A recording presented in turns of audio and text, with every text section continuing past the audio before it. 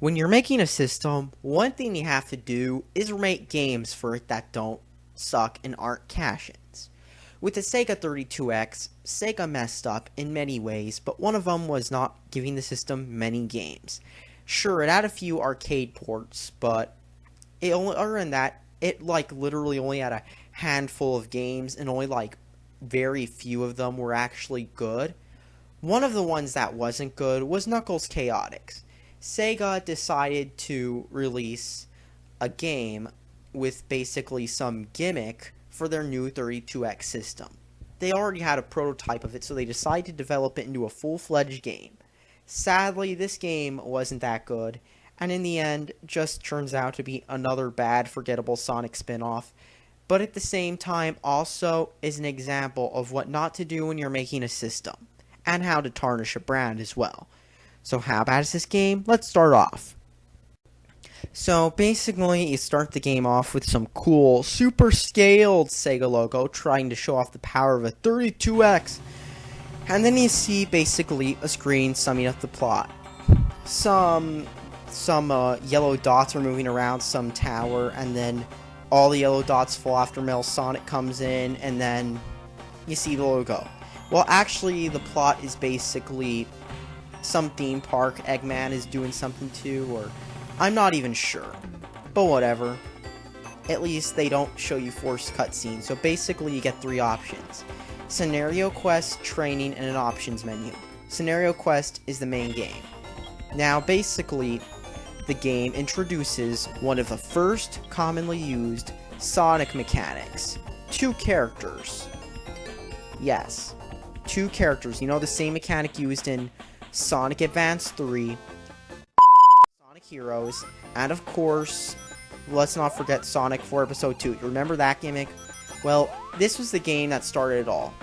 You basically start as Knuckles in some random place, jumping around, and then Eggman comes up and he's like, "F you all, I'm gonna blow shit up." Because that's basically what the game is. And then you rescue SBO or something, and then you start off with the amazing two-character gimmick. What is this two-character gimmick? Basically, both you and Knuckles are attached by a rubber band. And you jump around, and that's all you really do. You just run through levels, run up through curve, run up through curve, run through curve, because that's the whole level design. That's all the game is. And there's literally not many enemies. So you get this forced tutorial, which luckily you can skip. It tells you how to play, but honestly, I think you'll want to skip this, because the next stuff is forced, and you can't skip it. If you do skip the other, you do get a forced tutorial though, which is basically, you have to run through this amazing level design, which is basically circles, circle, circle, run up through the curve over and over again. That's basically every single level. And then you just hold a button here and then hold a button there. In this game, it was pretty much designed to be played as a co-op game, and this game does offer co-op features, but it's not that fun either because of the stupid rubber band mechanic. And how bad is this rubber band mechanic? Well, basically,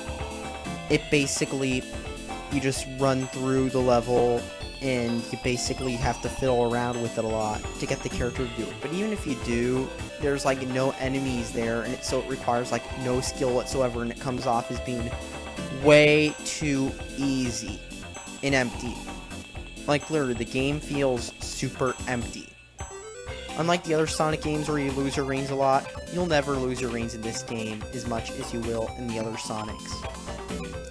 And basically, that's all the gameplay really is. Even if you get to the harder levels, it's still the same basic stuff. In the boss battle, I used a level select code. It's really easy. So it's not that good. And that's pretty much all the game is to it. There's literally not much to this game. And yet Sega decided to sell it as a full game. And let's just say it didn't sell that well, nor did it move 32Xs like mad. And now this game, on the used market, it will go for about a good price of them on $30 at minimum. Just look on Amazon. This game sells for $30 on Amazon, and then it just goes uphill from there. I mean, this game just wasn't that good. But now, about the graphics. The graphics are possibly the only good part about the game. The graphics sadly look better than Sonic 4 Episode 2. Because after all, there's a lot more animations. Like, you know how many Sonic games you just earn the rings?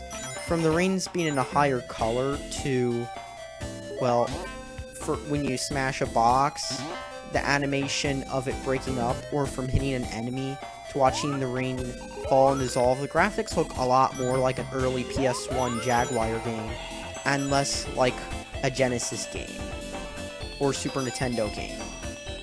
Because, well, there are Super Nintendo games that look kind of like this too, but they've got like enhancement chips everywhere. Like, look at that effect. As you can see, this game looks a lot better than the Sonic games ever did, which makes you wonder why they didn't just make a full Sonic game for the 32X instead of making this spin-off. It's pretty obvious Sega was just trying to cash in like the system was, just a cash in of the end of the Genesis's life. But anyways, the other good part is the music. And that's about it, because really, there's not much to this game. The music is just... the music's the only good part. I mean, it's pretty memorable, and there are a bunch of good tracks, but the problem is... well, the game also makes good use of the 32X's sound capabilities, using the 32X's sound along with the Genesis's FM sound to give you some pretty good arcade quality sound, but the problem is there aren't that many songs in the game because, well, the game is pretty short. I mean, even though the game has a save system, you can beat the game in not very long. Sure, it's not like, at least there's an auto-save function like Sonic 3, but it's still relatively short. You can beat the game in just a couple hours if you're good, or even not that good, because, like I said, there's no real enemies. So basically, you can just dodge through all the enemies real quickly in the levels. I'm not kidding. That's all the game really is. It's just that easy. They made the game incredibly easy, or when they were making the beta, they didn't even try. And of course, the rubber band gimmick, it's like pointless. Utterly pointless. Why they put it in? I don't know.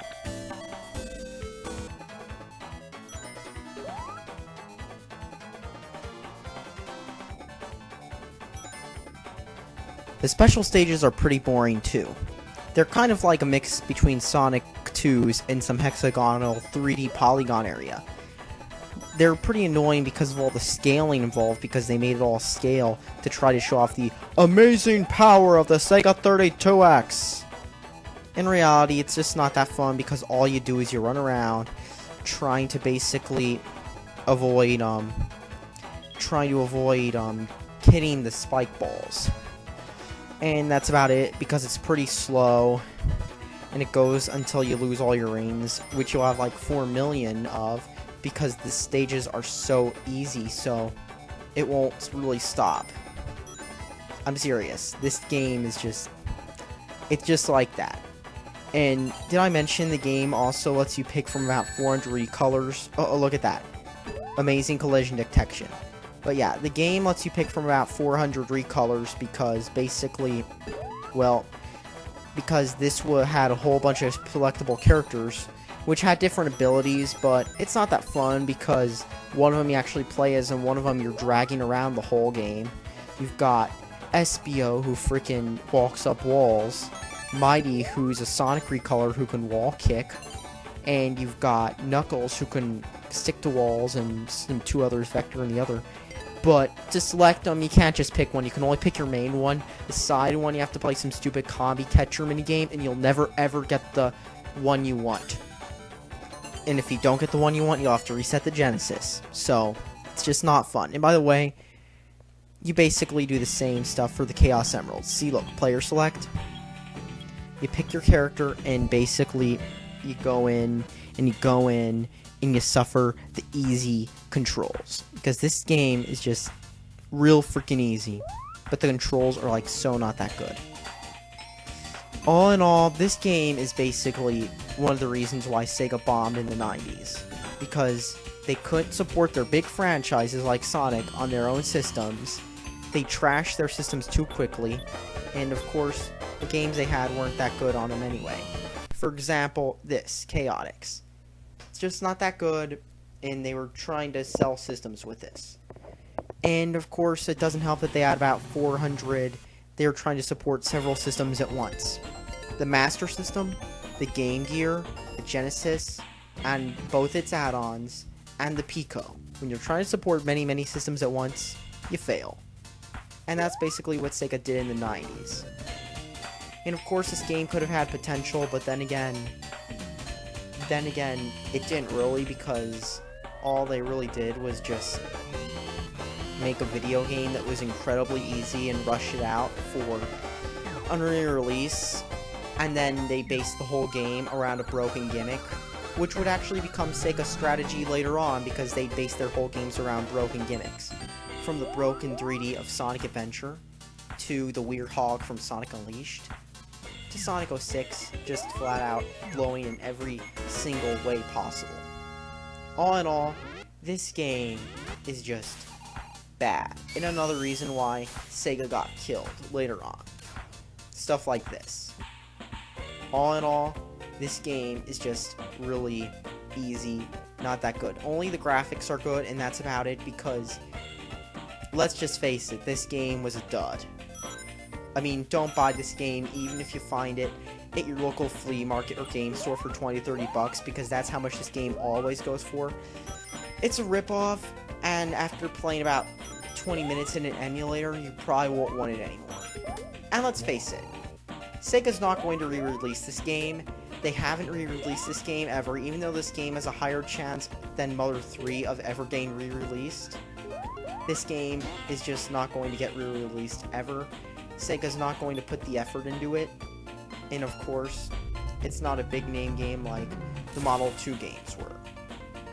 So all in all, thanks for watching, subscribe for more, and please, save your money and go buy better systems. Don't waste your money on a 32X. Go spend your money on like a Sega Saturn. That is so much better than this. Thanks for watching, and subscribe for more. And that is all.